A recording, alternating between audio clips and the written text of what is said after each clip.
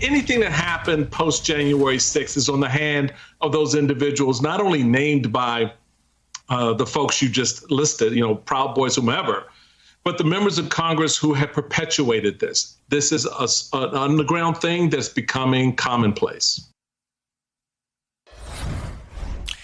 Our friend Jon Meacham is still with us. John, let's count it up. Over the weekend, we had a former flag officer of the U.S. military advocating a military coup and then telling us he didn't say what we heard him say. You had Sidney Powell, president's former campaign lawyer, saying that the president could be reinstated. I hope when you and Beschloss write your books about this period, you give the Russians their due, because in our time of social media, they certainly are right there with an assist all the way through for at least the last 5 years. But as much in the firmament of the Republican Party as the conspiracy theories are now, and you drew the comparison to the McCarthy era, how do we then get, and I'll give you the title for your next podcast series, from here to hope? Well, it begins with these kinds of conversations, and not to be solipsistic about it. It just requires the 81 million people who voted for the president. It requires the people who believe that in a democracy, you go to the people, you make a case, sometimes you win, sometimes you lose.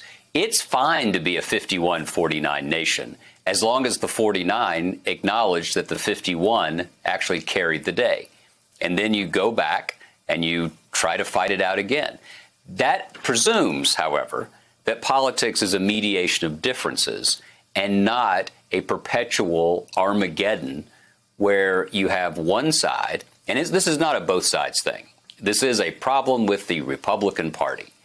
And this is the party that was ultimately of Lincoln and Reagan and Eisenhower and the Bushes.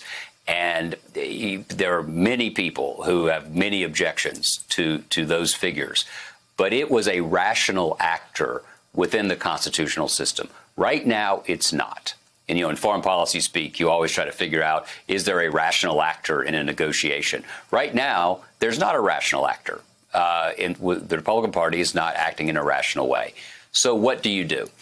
You make the case, right? And the case I would make is that conservatives say they love history. So let's talk about history.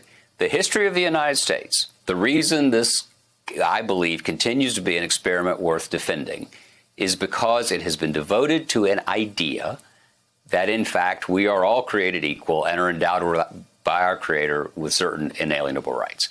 And we adjudicate our differences. We struggle.